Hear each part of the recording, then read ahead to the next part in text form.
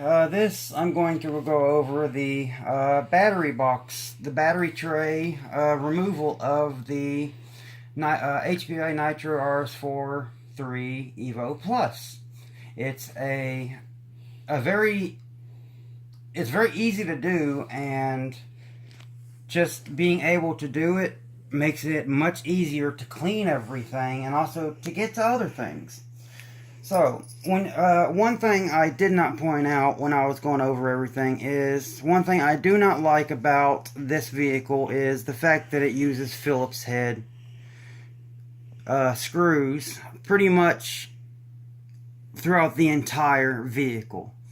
I will be getting a universal stainless kit from RC Screws. They do not cost that much, so it's a good thing to buy.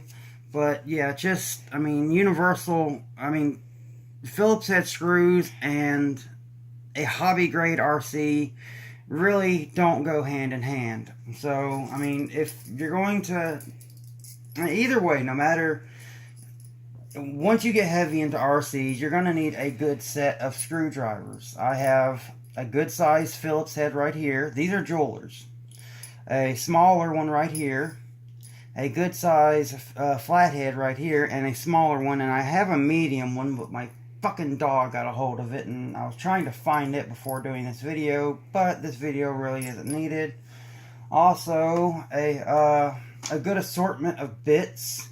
This is available on Amazon for very cheap. I believe it was $13. Don't expect for the screwdriver to last for a while. It will break off right at the chuck where it tightens down on the screws. So I have this one. This one I've had for, wow, probably about a year, since I got my very first RC, which was a DJI Phantom FC40, and that was February 1st of 2014. So I've been in the hobby for longer than July 17th, but July 17th was when I got into the surface category, but that's for another video. I'll just say the flatheads are for tuning. You're definitely going to need a flathead to tune your carburetor, so these are great. My next check, I'm actually going to get a dedicated flathead screwdriver about that long, that's small, that's great for getting into the small areas. But I also have these that really help, and also all these bits with this extension, and put this on here. You have an extension to get in those little places that this fat area won't fit. So, on to the doing of this. The first thing you have to do is right here, this link right here, you need to undo. All it is a ball socket. So just get a place and just lightly pull up, and it'll just pop out of place. Don't beat too hard with it because you may break it. If you break it, you have to replace it. So that's off. And then back here, instead of disconnecting all the links and losing everything, just take this screw right here. Make sure I have my big one.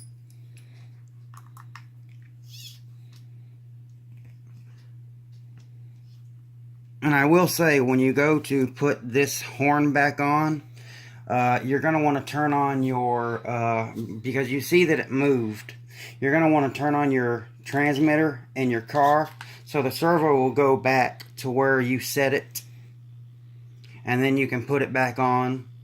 Because if you don't do that, it's not going to be set right, and you could start it and it's going to go flying, or the brakes will be on way too much. So, yeah. So you just remove this screw, and that whole servo horn will pop up out of place. Sort of move it off to the side. There's really not much room for it to go. And then you remove these 3 body clips. These 2 do nothing but hold on the tray. Whoops.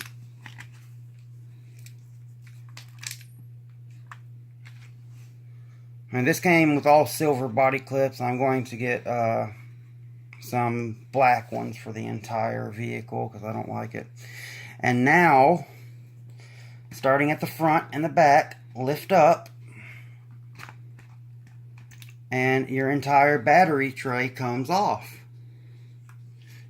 You can see here, I have the receiver box is right here.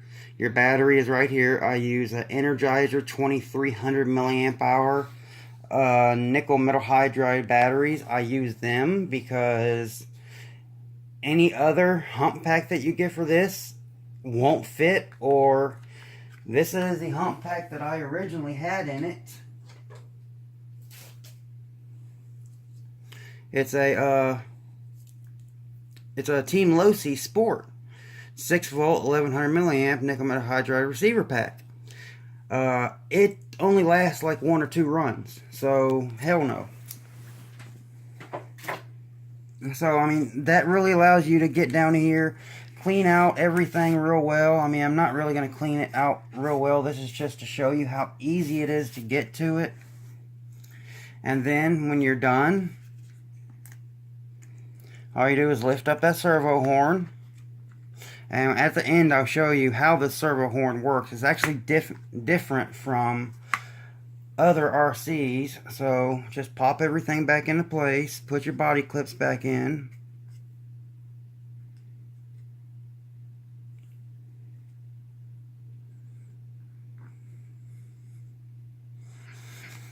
they go in a certain way. Okay, that one's in. This is for the battery box, but it also holds the, it is also part of holding the entire battery box. It's also where the servos come out, so if you decide to go to different servos, you can pull this whole thing off, change out your servos, put it back, and you won't have to fiddle with everything being in such a small area. Then you take this last one and put it in like this, and like I said, you're going to want to always turn your receiver on first, turn your car on. So now the servos are where they're supposed to be, your trim set and everything, and you can even see right here it says RS4. I'm only using 2 vehicles with this right now because this is mainly my backup. I use my Spectrum mainly. And now I can put this back on and know that it's in the right spot. And once I get this tightened down, I'll show what's really cool about, well, not cool, but different about this servo horn. When you get on the brake, you can actually see the bottom part actually spins more than the throttle does. Others, you have a spring on the throttle that you have to set, but this one, the spring is right here, so that's really nice. And of course, take this, and your brake arm's right here, and brake disc is right here. You got your plates. I still need to put some springs in there, so once you get off the brakes, it will push the pads apart. But that's it. That's how you can get the battery box off, and allows you to clean everything. This motor, these can take a lot of different motors, as you see right here. But this motor, if you buy this motor, there is a, oh crap, there is an exact lineup for the, you don't have to set a mesh. So that's another thing. And also, after you get running a nitro, always bring the piston down to bottom dead center.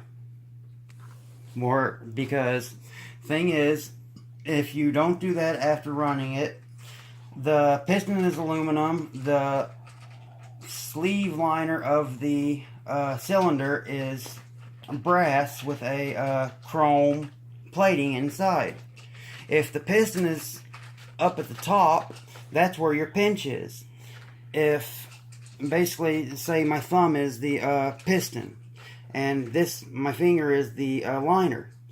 The liner, when it starts cooling down, everything wants to contract. Well, the brass is going to contract more than the aluminum. It expands and contracts more than aluminum does. So the piston is aluminum, so it won't be able to go down. You will lose engine life.